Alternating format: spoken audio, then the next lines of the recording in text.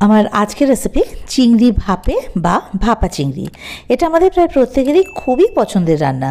এখানে আমি কোনো টিফিন বক্স বা বাটি ব্যবহার না করে সরাসরি কড়াইতেই রান্নাটা করেছি। এতে ঝামেলাও কম, আবার তাড়াতাড়িও হয়ে যায়। আমার শাশুড়ি মা এভাবে করে চিংড়ি ভাপে বা চিংড়ি মালাইকারি রান্না করতেন। তো চলুন রান্নাটা শুরু করা যাক। এখানে দেখুন আমি চিংড়ি নিয়েছি 300 গ্রাম। তো চিংড়ির মাথা আর লেজা এগুলো বাদ দিয়ে ওজন এই 150 গ্রাম মতো হয়েছে। তো চিংড়িগুলোকে পরিষ্কার করে নিয়েছি। এই যে চিংড়ি পিঠের দিকে একটা কালো সুতোর মতো অংশ থাকে না, সেটাকেও বার করে নিতে হয়।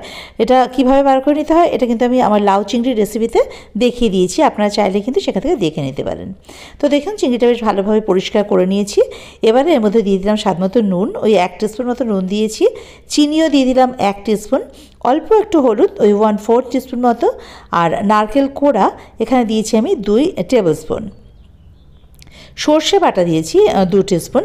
এখানে আমি 2 টিস্পুন সাদা সর্ষে বেটে নিয়েছি।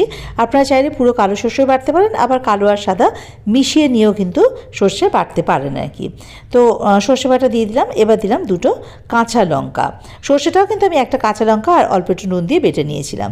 দিলাম বেশ খানিকটা পরিমাণ সর্ষের তেল, ওই 3 টেবিল স্পুন মতো সর্ষের তেল কিন্তু আমি এখানে দিয়ে দিয়েছি। এবারে খুব ভালো করে এটাকে মেখে নেব। এই যে দেখুন মাখা হয়ে গেল।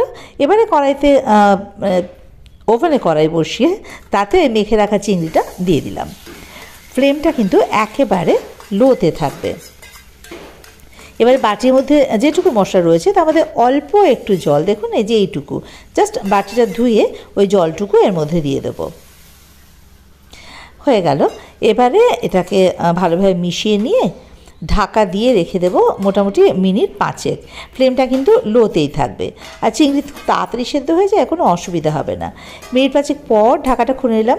দেখুন এটা কিন্তু প্রায় হয়ে এসছে। 5 থেকে তেলটা কীরকম ছাড়তে শুরু করেছে। এবার আবারও একটুখানি নাড়াচাড়া করে সব কিছু মিশিয়ে দিয়ে আরও ওই মিনিট 2-3 জন্য রেখে দেবো ঢাকা দিয়ে।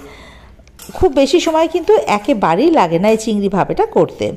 এই যে দেখুন সমস্ত মিশিয়ে দিয়েছি। এবার ঢাকা দিয়ে রাখবো আরও মিনিট 2-3 পর ঢাকাটা খুলে নেব।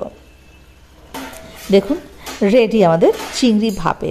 একেবারে নির্ঝঞ্ঝাট রান্না, 5 থেকে 7 মিনিটের মধ্যে রান্না কমপ্লিট। অপূর্ব লাগে খেতে, গরম ভাতের সঙ্গে দুর্দান্ত লাগে। মানে এভাবে সরাসরি কড়াইতে করেছি বলে যে অন্যরকম লাগবে তা কিন্তু নয়। সামনে থেকে দেখাচ্ছি, দেখুন দেখেই বুঝতে পারছেন যেটা ভীষণ সুন্দর লাগবে। তো এবারে আর 2টো কাঁচা লঙ্কা দিয়ে দিলাম আমি ফ্লেভারটার জন্য। আর ফ্লেমটাকে অফ করে ঢাকা দিয়ে স্ট্যান্ডিং টাইমে রেখে দিলাম আরও মিনিট 2 পর ঢাকাটা খুলে নিলাম। দেখুন রেডি আমাদের চিংড়ি ভাপে। এই যে এটা কিন্তু ভীষণই ভালো লাগে।